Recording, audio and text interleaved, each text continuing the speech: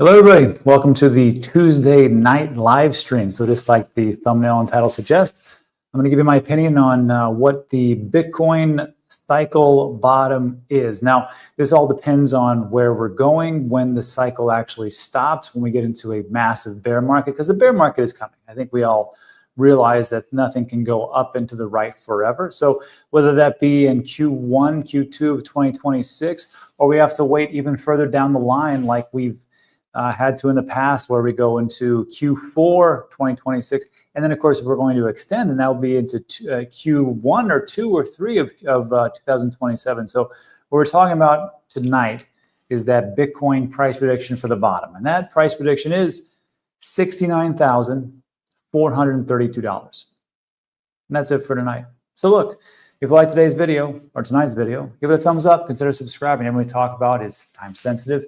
Now let's jump into a little Q&A. I'll answer all your questions about what we just talked about. And here we go. Bernard says, finally hit a live stream. Hello. Hello. How are you? P. Kelly.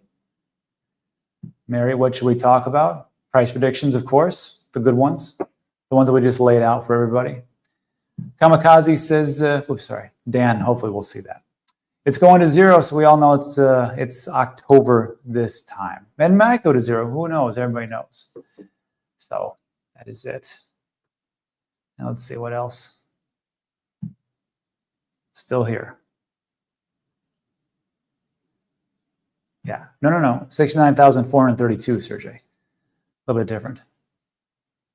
Bernard says 69K based on what? Hey, y'all. And Van Life says you heard it first, 65K. So now we should probably get into how I came to that ridiculous number, shall we?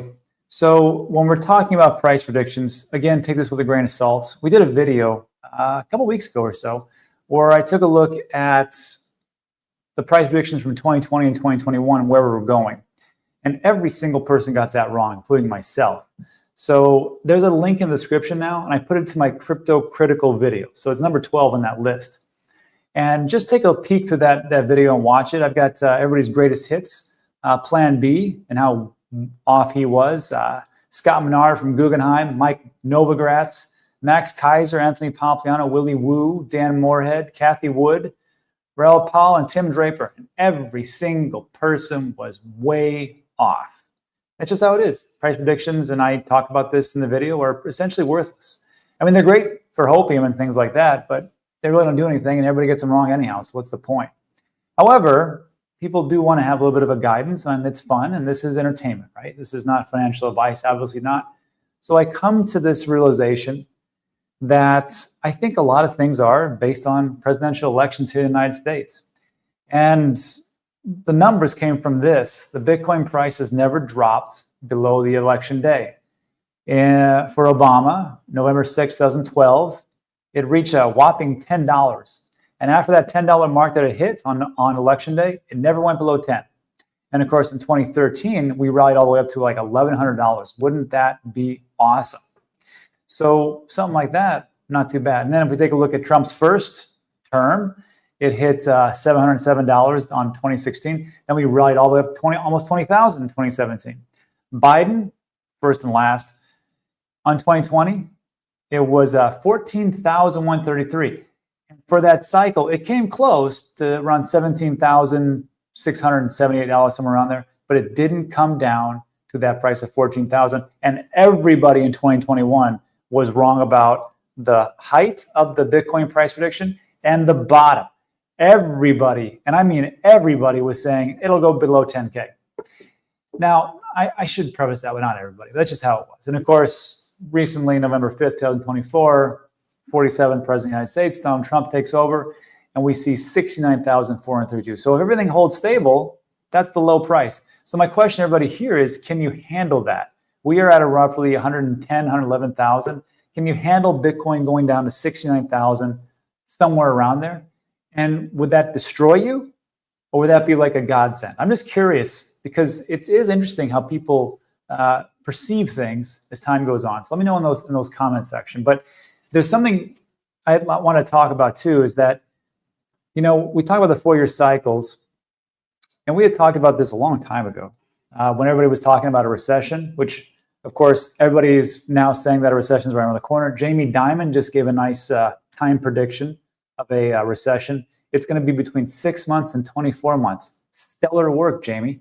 But when these things happen and we go through these recessions and things like that, we have to take a look at the 4-year cycles of the presidential election. And this was an interesting piece. And I actually took a look at this, uploaded this to ChatGPT, and it verified. It's pretty interesting.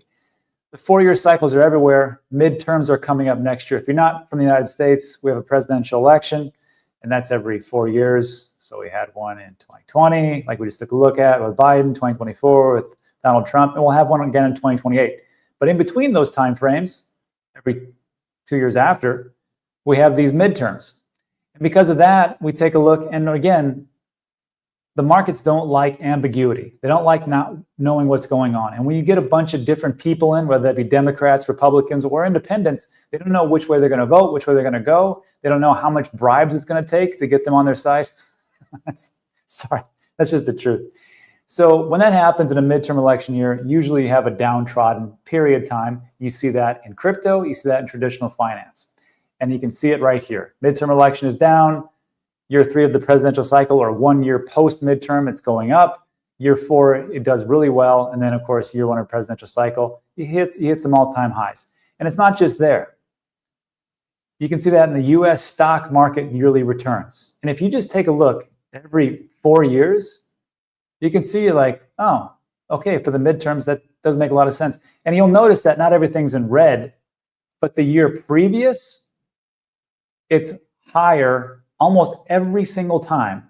And so what I'm talking about is this.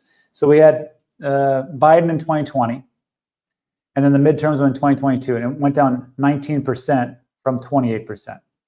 And then in 2016, which was President Trump's first one, 11.8%. In 2018, it was down -4. But then if you go back from 2016 to 2014, that was a midterm election year, it was positive 13.5, which you're like, but Rob, you said it always goes down.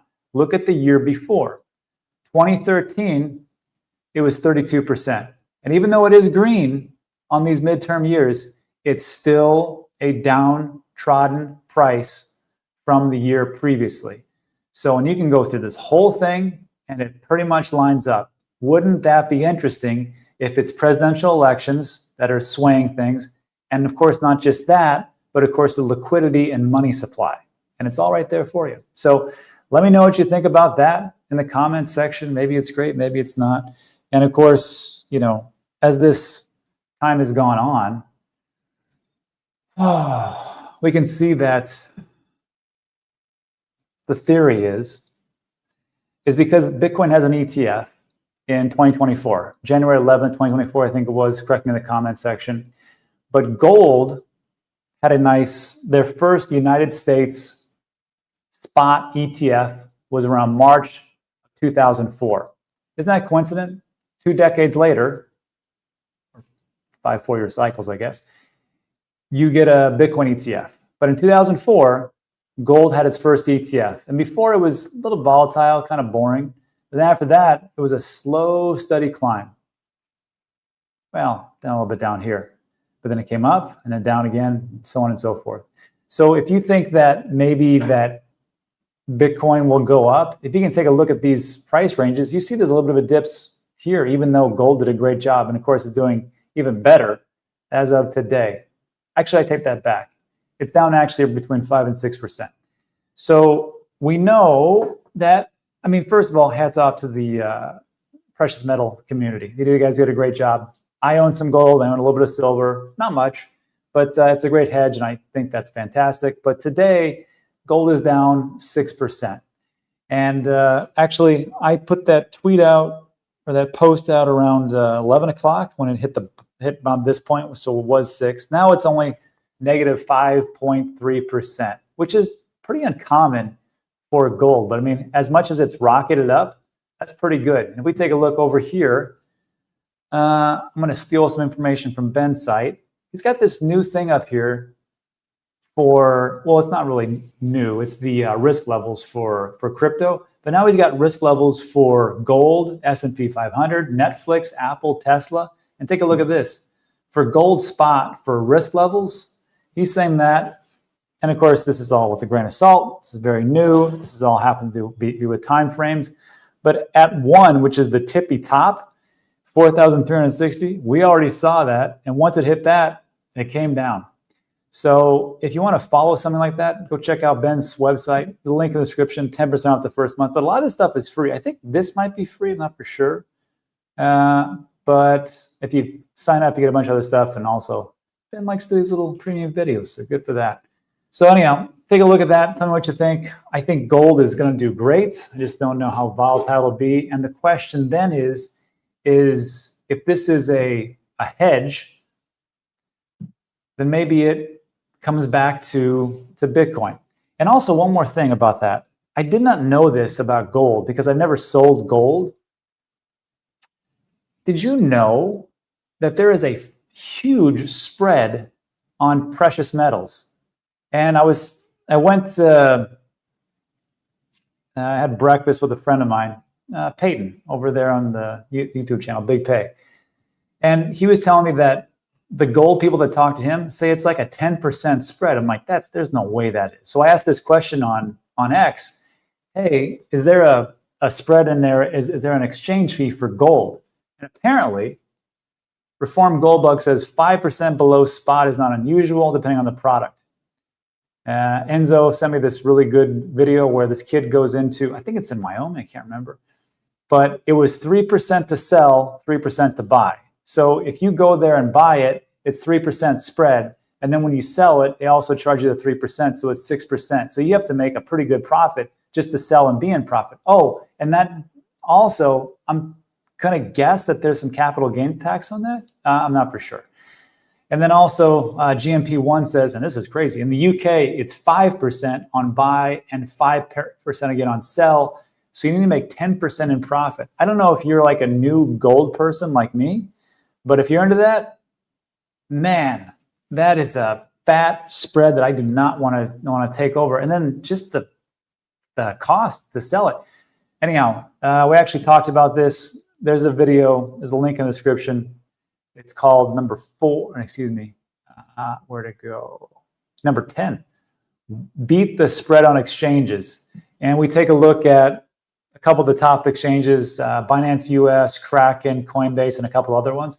And it's true, the spreads are not the greatest. It's better than gold, I'll tell you that. But there's a way to beat that. So just take a link and look in the description and check out that video and go from there. But the question that I was alluding to was this. This is from Lawrence Leopard. If you don't follow Lawrence, he's an automatic follow. He's a big Bitcoin guy. He's been around. He's going to be on this one called Boomer Podcast. I think he's making it. I got to watch that. But he talks about this anti-fiat punch. And what he's talking about, I think a lot of people also are talking about it, is the rotation from gold, which I think when the gold people figure out, like, you're kidding me, 10% on spread buys and sells. Okay, I just got screwed out of that one. But once they figure that out and they sell, they're going to go into something else. I think it's going to be Bitcoin. And I didn't really believe it, but then, Lawrence talks about it. I hear some other people talking about it. I'm like, this could actually be it. And he says, okay, I got them worried. Now it's your turn to break free. 2 to 5x move, an anti-fiat punch. Someone says, do you think this has to do with the Fed and quantitative tightening? He said, yes. And someone says, do you really think it could 5x? And Lawrence is right. It did it in 2020. And he's absolutely correct. In 2020, and we hit 64,000. I think the bottom, gosh, well, the bottom was roughly 17,000, somewhere around there in 2020 to the top. So I guess, actually, no. It has to be during the coronavirus. No, it was about right, yeah. So with that, I mean, we could actually make it. But again, I mean, our market cap, Bitcoin's market cap is around $2.3 trillion. Silver is 4.1. And then gold itself is $30 trillion market cap. Do you think we can't go do a 5x? I think we can, but it might just take a little bit of time. So interesting stuff there. And the last thing I'll say about this is, we talk about, investing into Bitcoin. It's a hedge against inflation, and it's a hedge against the collapse. And I just pulled this up from bar chart. And what Lawrence was talking about, this anti-fiat 1-2 punch.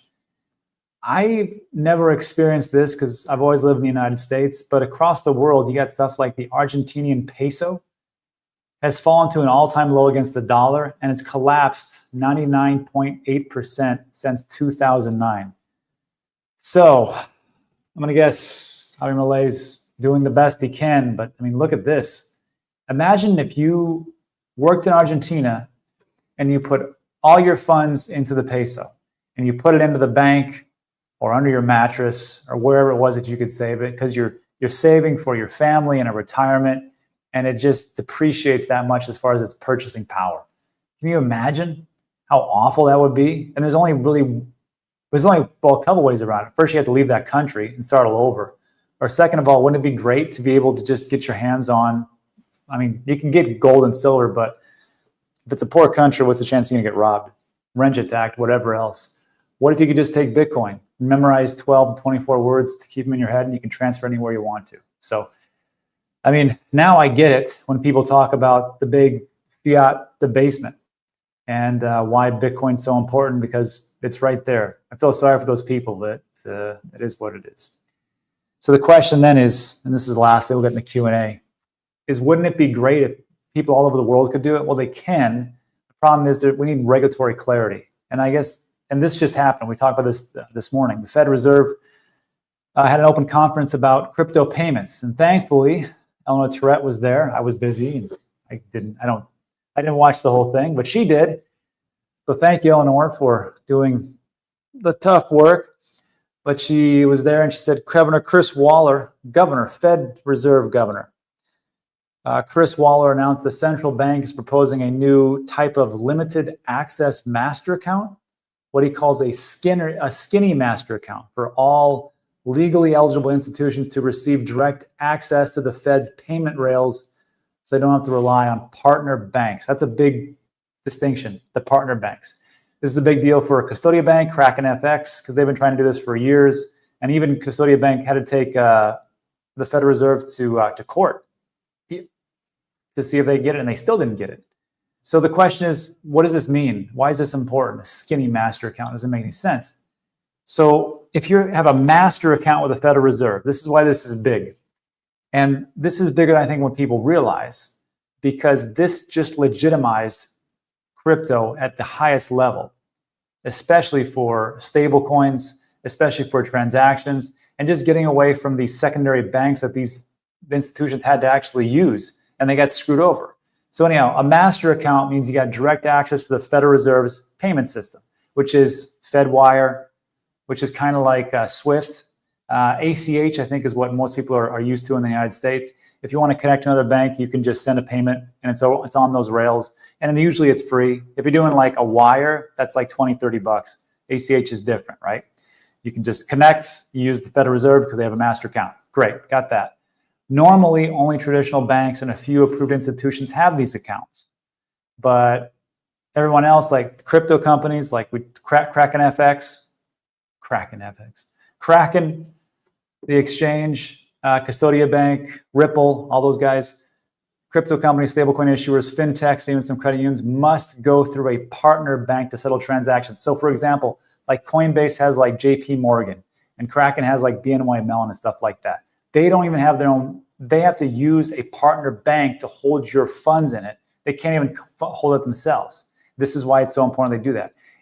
Since they have to do that, this adds costs, friction, and risk, right? Because they got to pay someone to do it. There's friction because there's different settlement, and we know we don't need them, but we have to legally. And of course, there's risk. If that bank goes down, I don't think JP Morgan's going to go down, but Silvergate and Signature Bank definitely did, and that screwed over people in the crypto side. So now that they have this, what's called a skinny account, now they can hold all those funds in the Federal Reserve. They can use the liquidity of parts of the Federal Reserve, and they can actually be legitimized because that reduces risk. And people go, you know what? Now that you don't have a secondary bank that we have to deal with, and we can deal directly with you, and you can deal directly with the Federal Reserve, we're going to start using your services. This, I think, is a bigger issue or a bigger win than I think people realize. And that's also going to be great for XRP. So you're holding XRP, congratulations. So anyhow, that's was a pretty good thing. And then when she was talking about this, Governor Chris Waller, I'm like, who the heck is that guy? Chris Waller.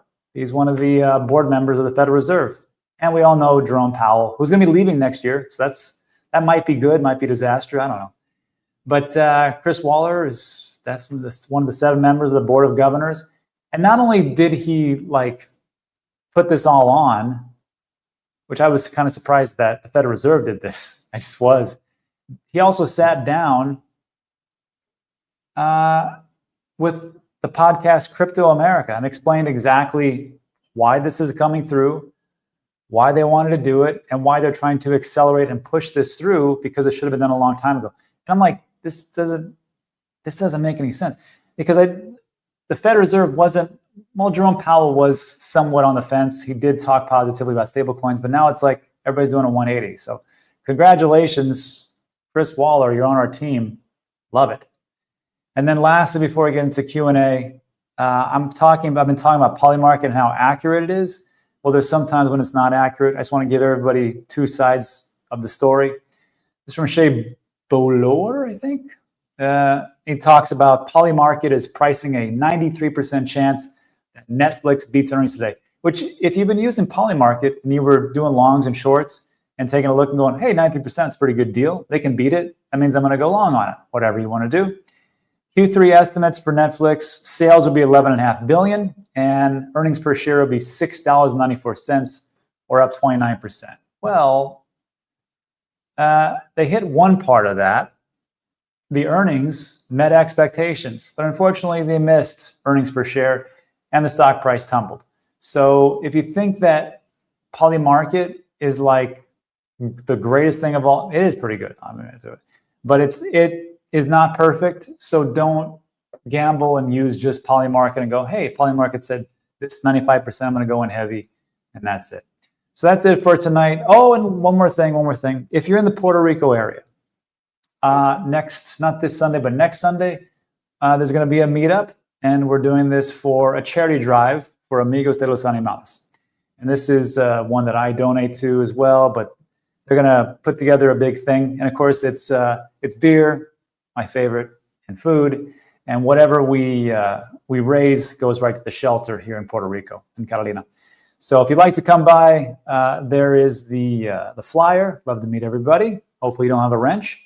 And if you want to donate, there's a link in the description. If you can't make it, you want to donate, here's a link in the description for their link tree.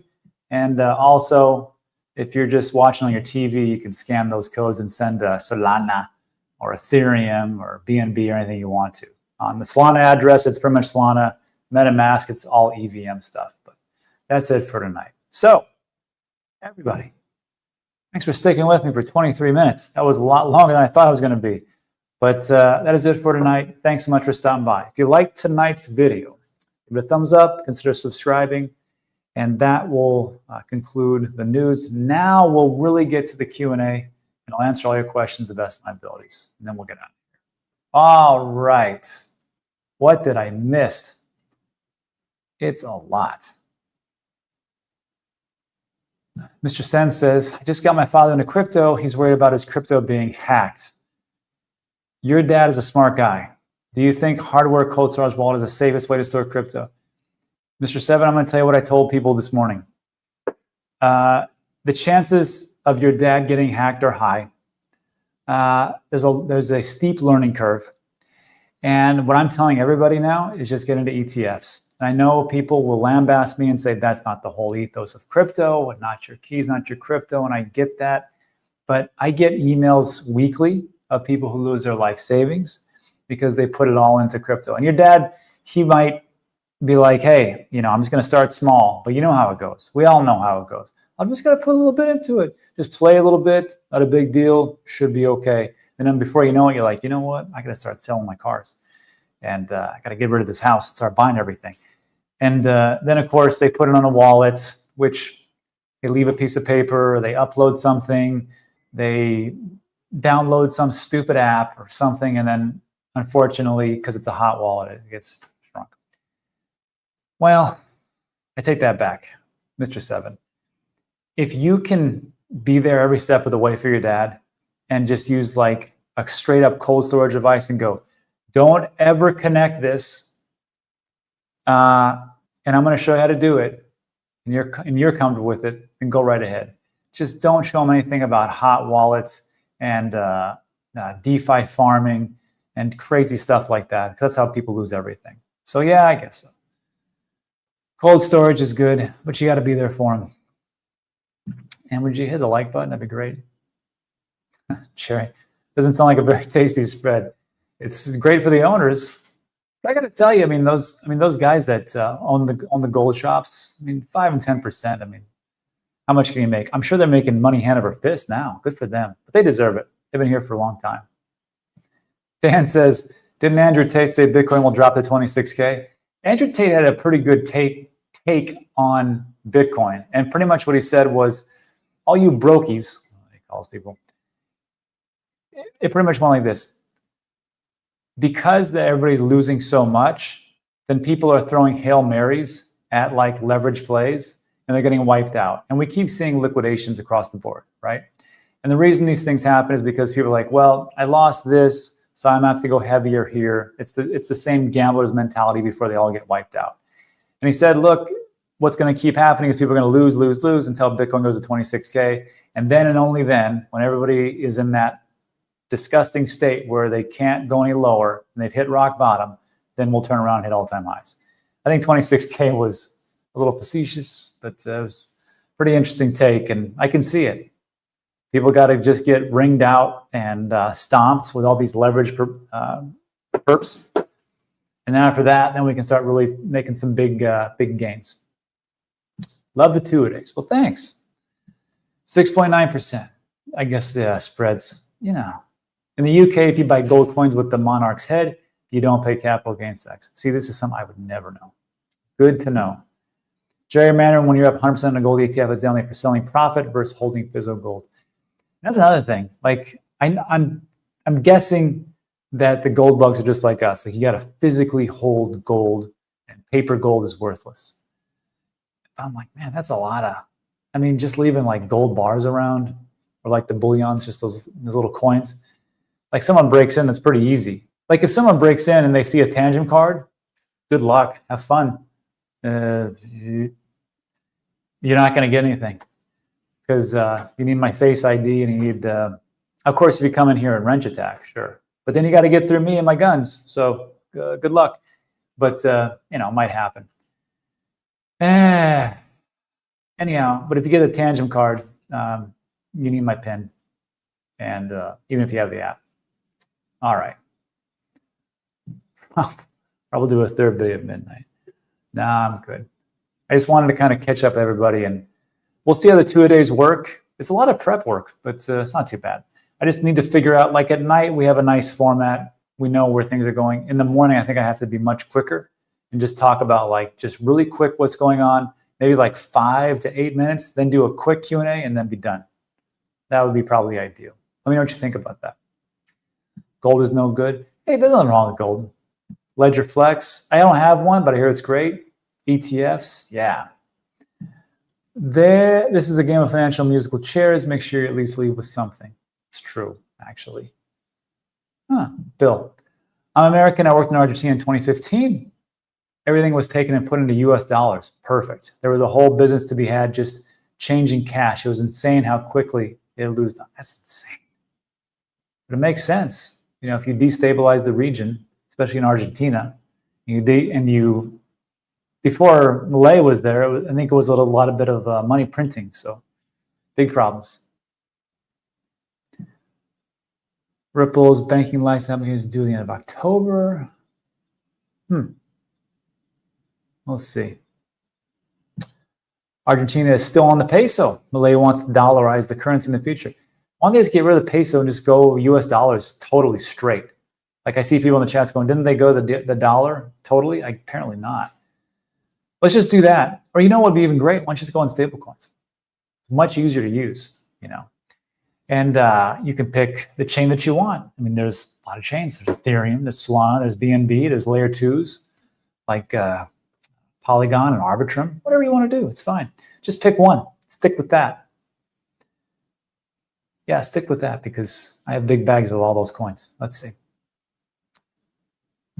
Why is Tether so good? I don't know, but I saw that the CEO came out and said that they had 500 million users. And I'm like, isn't it like 8 billion? There's 8 billion people in the world and they have 500 million users. I think there'd be more volume. It's a lot, but you think there'd be more. Sean says, Cadena is an example of you don't put too much money in a VC crypto. Wouldn't be surprised if AVAX disappeared in a few years. What Sean is referring to is there's a project called Cadena. Let's take a look at that, matter of fact. I was going to talk about that tonight, but I thought it was kind of a depressing story. Sean brought it up, so why not? I remember hearing about this back in 2020, 2021, somewhere around there. And we can see that this is how crazy the last cycle was. This is Cadena. It's ranked 990th. It topped out at like 24 bucks, somewhere around there. And now it's worth 9 cents. And actually, they just put out a press release, the Cadena front office or centralized version of Cadena, where they say, hey, we can't give support to Cadena anymore. Miners can still mine it. There's still a lot to be mined. I guess it's a proof of work. But the people that started it are shutting down operations, which I'm thinking to myself, I'm like, didn't you guys get a boatload of money for this? Anyhow, yeah, that one's going to go defunct. But they said, don't worry, because it's decentralized and you can keep trading it. It's going to go to nothing. Hopefully that's not like Peter Zeihan, where I say, yeah, it's going to go to nothing and it rips up to like $100 a token or something. But I doubt it. It's not Bitcoin. Peter says Bitcoin lost 110K support again. Yeah, it's true. Great for Crow. Bitcoin just at 108K. Support is, Mullet says, support is not 106K. Ow. The Cannabis Podcast says politicians did a 180 because they were told to. I guess they did. Like, hey, this is how we're going to prop up the United States. And we're going to make sure that payments are number one. And we're going to actually flood the market. If people don't want dollars, we're just going to give them stable coins. And that's why we're going to make America the crypto hub of the world. I can see which side they're going. Then you take China on the other side, and they're just buying gold like crazy. Like, oh, we're going to back it by gold. Touche. And we'll see which one wins out.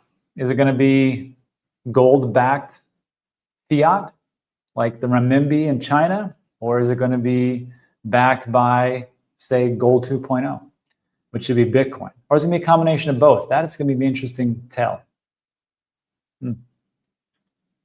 Wow, I didn't know that. Crypto Hoop says gold lost almost $2 trillion today. Would be great to see a flood in the crypto market. Wouldn't that be nice? $2 trillion. Isn't that amazing how well gold did? I'm sorry to give praise to gold, but those guys really do deserve it. I mean, they were like the punching bag of ours for like the last decade. And then all of a sudden they like took us over in like 6 months. Good job. Tip of that. And, it's funny because like they lost like 5 or 6%, which is 2 trillion, which is almost the total market cap of Bitcoin. We're like, please give us your scraps. That'd be fantastic. How sad is that? Touche. All right. Arnold says it's always been about payments, and I love to mention the real ones, the ones that have always been the real ones. But I want to spoil them, place it by the top. Thanks, Arnold.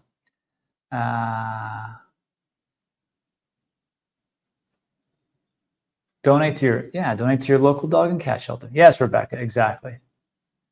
Your fundraising is great. Thanks. Yeah, exactly. We'll probably be talking about this again. And again, I mean, if you can, did you know, and I was talking to one of the shelter leads, there's over, they gave me a number, I can't believe that's correct.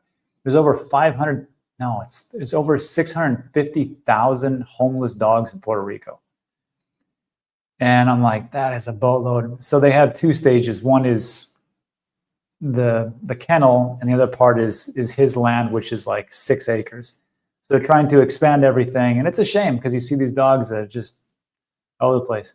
I will tell you, I've been here, I've been to Mexico, Juarez, Ciudad Juarez specifically, and there's more dogs over there, but this one can definitely use the help, that's for sure. Thus, links in the description. You can donate to them the old-fashioned way, PayPal, Stripe, card. You don't use mobile unless you're here, ATH. Or you can, there's a link in the description with a Solana wallet, MetaMask EVM compatible, Bitcoin wallet, and something else. So that'll just go to them. Thanks. Let's see. Nick, Giga Nick, Tether is the largest stablecoin. They have the reserves in U.S. Treasury bills, held by Cantor Fitzgerald. And of course, that's Howard Lutnick, who was the former CEO, who is now part of the administration for Trump. Crazy how that works, isn't it? Yeah. American First says, hey, Rob, does money rotation from gold to Bitcoin, rate cuts and quantitative easing starting soon means cycle extension?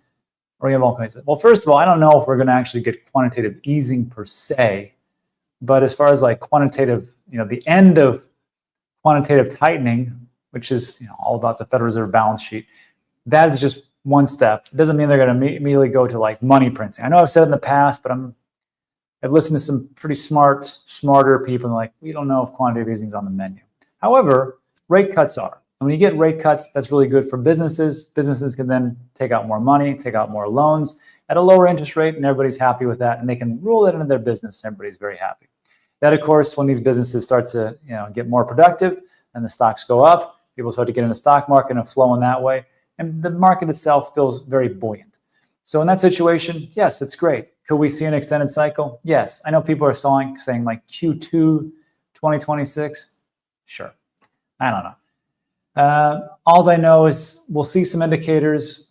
They should start firing off. And we're not going to hit, and we've talked about this many times, the indicators, if you're waiting for the tippy top to always fire, they're not. You're just going to get an elevation, and you have to take a look at a multitude of them and just say, okay, it's almost like an art, not so much a science some days, and go, okay, I have these 20 indicators. This one is at 0.63. This one is at a certain level. This one's at a certain level. And it looks across the board like we're overheating and it's too much. I'm going to start to ladder out and take some profits. So for me, if those indicators don't start firing and we see stagnation into December, maybe you start to worry a little bit. Maybe take some profits if you need some. But maybe you say, you know what? Maybe I'll just wait till these indicators start to pop off and just wait. Let's see. Tommy says your dad shouldn't buy crypto directly. Tommy could be correct, but as long as his son is there and his son knows exactly how to do everything, and if he doesn't, I got a great website. It's called Dan Teaches Crypto. It's free. It's 100% free, and I show you specifically how to set up a ledger and a TANGEM cold storage device and some advice of what not to do with those things. If you can do that, sure. But if you can't and you're like, you know what? My dad's like me, he's a degen, and he likes to connect to all these perp trading sites and leverages, and we like to download stuff. No, you're going to get hacked. Not a question of if, it's a question of when, but it's all what you can do. And of course, your dad will probably kill you if you lose all his money. Let's see, Frosty P's, ETFs or iTRUST Capital? I'd say both. And that's another good thing. So Frosty P's brought up a great point. So with ETFs, you're essentially going, look, I want to deal with it. You guys, I'll pay you the fee to buy me the Bitcoin. You buy me the Bitcoin, and then of course, Coinbase Prime will store it. You can do that option, right? Or if you wanted to, you can go through iTRUST. iTRUST has actually they have 3 products. Actually, they have more than that now. But they have traditional IRAs. They have Roth IRAs, which I have, which is a retirement account. And then they also have custodial services. And what's great about that is if you buy Bitcoin, you're like, I don't trust my dad. He's whatever. You can send it over in kind, that Bitcoin, to iTRUST. And guess what? Guess where iTRUST puts it? Coinbase Prime. Or Coinbase Custody, which is the same institutional grade custodial service that BlackRock and most of all the ETF holders use. So you're getting institutional grade custody for really nothing. And you know, we talked about gold and the 5% of 5%. For them to do that, to take your Bitcoin, to custody it, to make sure that you don't get hacked and you don't lose it, it's going to cost you 1%. So me personally, I've got a fat chunk over there with iTRUST and their custodial services. I also have that for my Roth IRA. I also use a TANGEM, and also TANGEMs, and I also have ledgers, and I'm diversified because I will be damned if I'm going to lose everything on one account. So, good one, Frosty. I just want to make sure everybody knows. Yeah. Jesse says, Rob, you might not want to announce where you'll be at certain times. There's too many crazy people out there. Yeah, exactly. But the good news is I'm going to sell all my crypto before Sunday. So they can try it. If Bitcoin drops below 100,000, I'll buy $1,000 this month compared to my $300. Sounds good. It's a good plan, actually. I'm the one who pressed like, just saying, anyone. Crypto Hoop says, and he's right, this is a Bitcoin, I wouldn't say it's a Bitcoin only cycle, it's a Bitcoin mostly cycle. It's like there's just been some stagnation. One crypto project that has done great, well, there's been many, I think. I mean, but they're not like all 1,000 of them. You know, the ones that have done really good over the last cycle, meaning from 2022, we'll just take 2023 because it was November 2022 is when things kind of bottomed out. You know what's done great is BNB. Look at this. BNB in 2023 went from how was it 24? Same stuff. It was $500 roughly. And now it's doubled 1,000. Boy, it took a dip today. So it doubles pretty good, not too bad. Solana, I think, is actually XRP is an example, one that did really good. Look at this. 38 cents, 30, blah, blah, blah, blah. Then, of course, the charges got dropped and they settled their case with the SEC and went from 50 cents to $3. Not bad. So what are you looking at? 6x or something like that. And then Solana, I think, is another one that did fantastic. 23. Look at this. $22 to $200. It's like a 10x. It's pretty good. And then, of course, Bitcoin. All right. Has gone from, that's really good, 26,000 to 124,000. So it's like a 5, almost 6x. So you just should have put everything in Bitcoin. It's true. I mean, these ones did okay, but it was a lot more risk. You had a lot more risk for not a lot of upside. I wonder how my Tron is doing. Not doing so great today, but let's see. 5 cents to 30 cents. What was this? Wow, 40 cents. And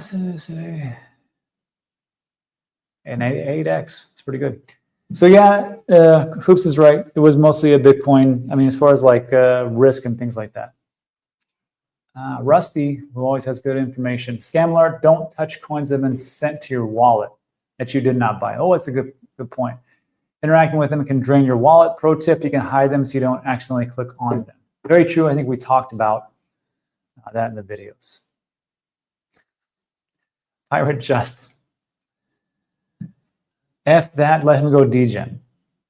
That is very libertarian for you, but I still want to be my, I guess, my father's keeper or brother's keeper because they're going to mess it up. Let's see. It's always been about payments. Arnold is right. How does BlackRock store their Bitcoin? It's in two ways. One, and I think the majority, is Coinbase Prime custody, and there's another custodial service that they use, but mostly, and if you take a look, let me see if I can find it. If we take a look at custodial services, AB, yeah, here it is. Here's who uses what. Coinbase dominance, Coinbase dominant, that's funny. But for spot ETF custodian, now they maybe have picked other custodians up, but Grayscale uses Coinbase, ARK uses Coinbase, BlackRock uses Coinbase, Bitwise, Coinbase, Van Eck, one of the few, they use Gemini. Wisdom Tree, Coinbase, and Galaxy, Coinbase. Fidelity is self-custody? That's true, but okay. Valkyrie, Global X, Franklin Templeton, Coinbase, Coinbase, Coinbase. So there's your answer. And iTRUST does the same thing. That's why I like iTRUST. I mean, you get, like I said, custodial grade protection for 1%. And you don't have to worry about it. It just feels good. Feels good to wake up and know that you didn't get hacked. Have you ever woken up and had a drained wallet? My friends have. It's the worst feeling ever. Ron, when people panic, it's the best time to buy. True.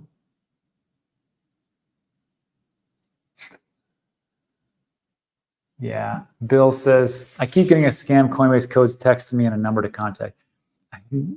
Sorry, I got to do this video. There's a service that I'm using that was recommended to me by Aaron Bennett. And what it's done is it's taken me off these. Everybody gets these stupid text messages from like Coinbase, or you get them from Kraken or whatever it is. And it says, here's your code. Did you ask for the code? You know, call us and we'll verify. That's obviously a scam.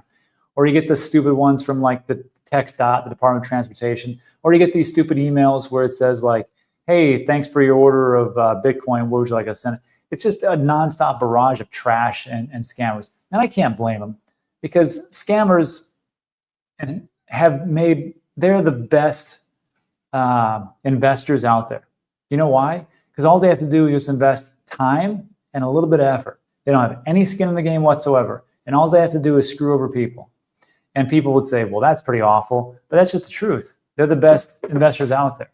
So people like we were talking about with the father, I think we should be on a service that helps us to eliminate as many of those things as possible. And this is what I'm using. It's called Aura. And so far, I've gotten no more text from that. And the emails, I've gotten a couple, I'll be honest with you, but it's been drastically reduced. Also, it gives me access to a VPN. And also, if you've got kids, it gives you access to them and what they're doing and interacting with AI. It's a good service. So I got to do a video on that ASAP before people get taken advantage of. Sam Adriana, a few years ahead. I'm dad and my family live on the bleeding edge, recommending ETFs to my family. There you go. Most don't want to even hear about crypto. Nuker, good job. ETFs is fine. Even at 62K. Yeah. Sell his wallet. Texas Joe's got a good question, a good point. Rob, are you holding on to your Bitcoin and selling all your alts? I don't think it's worth selling Bitcoin, getting tax revives in the trend to time the bottom. So it depends. First of all my alts are going to go this time. I'm tired of holding them. I'm tired of like all these promises that never come through. It's just not worth it. I don't think. And I just see them bleeding and bleeding and bleeding. Now, as far as Bitcoin goes, I have to sell some. I have to sell some because there are some things that I want to do and have money on the sideline. So I'm going to sell a little bit. However, before I was talking about selling 50%, it's going to be reduced 20, 25%, and we'll see how things go.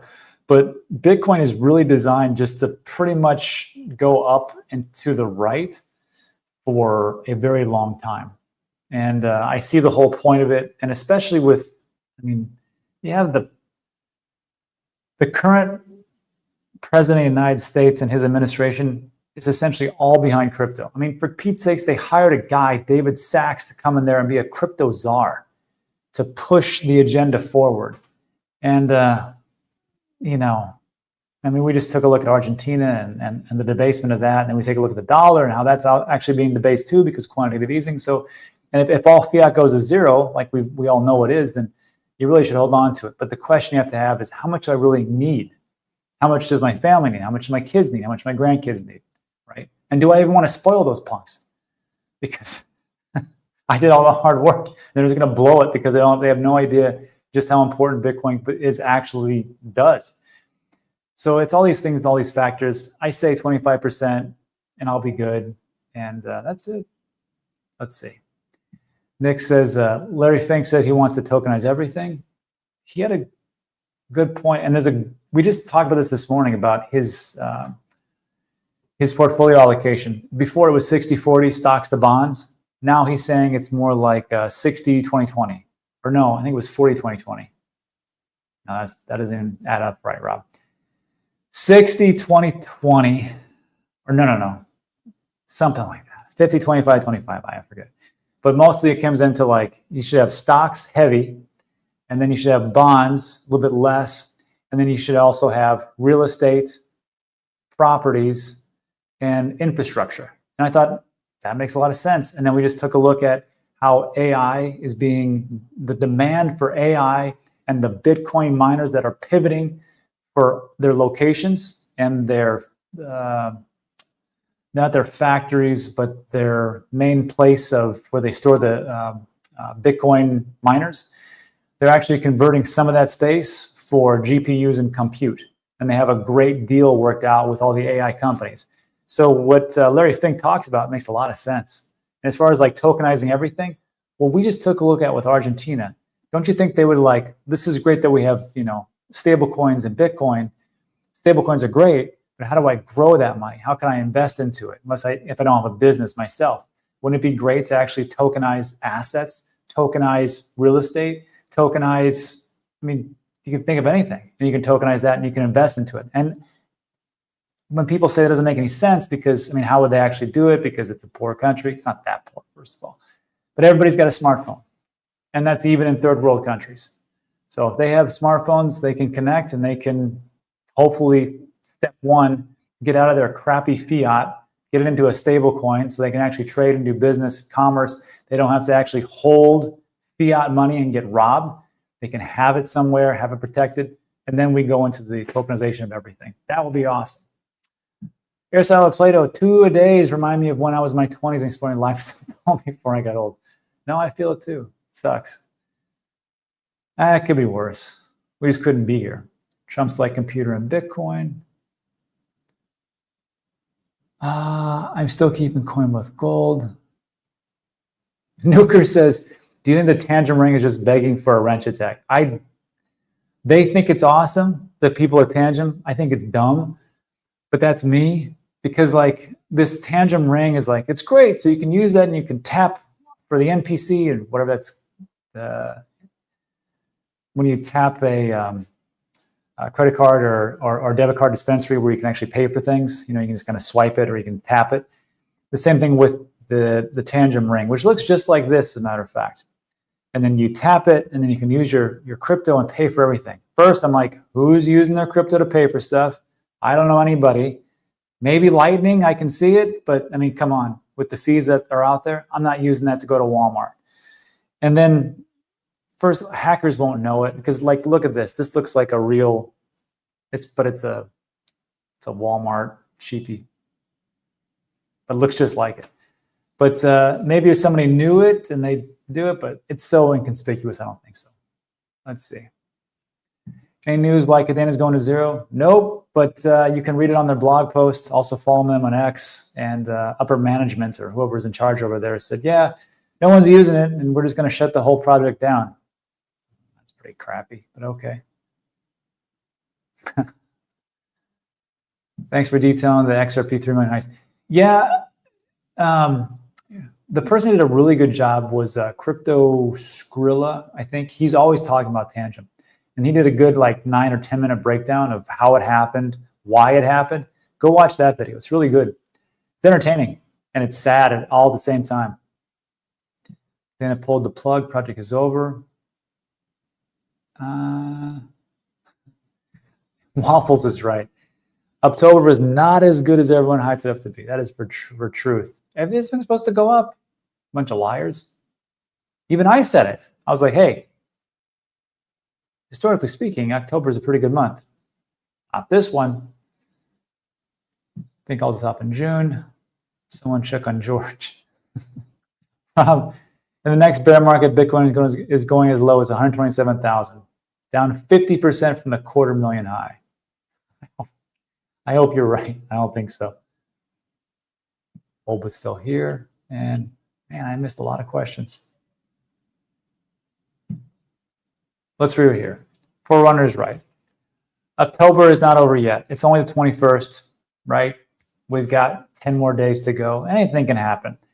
The fastest thing on this planet is not the speed of light. It is the sentiment in the crypto market and how it changes. And that's it for tonight. So everybody, thanks so much for hanging out with me for 55 minutes. That's very good of you. I appreciate it. On your way out, if you could just hit the like button, leave a comment. Apparently YouTube likes that stuff. That's it for tonight. So I'll see everybody tomorrow morning. We're going to try to make it quicker, just a real quick update, and that'll be it for tonight. So thanks, everybody. Stay safe. See you in the next one. Adios.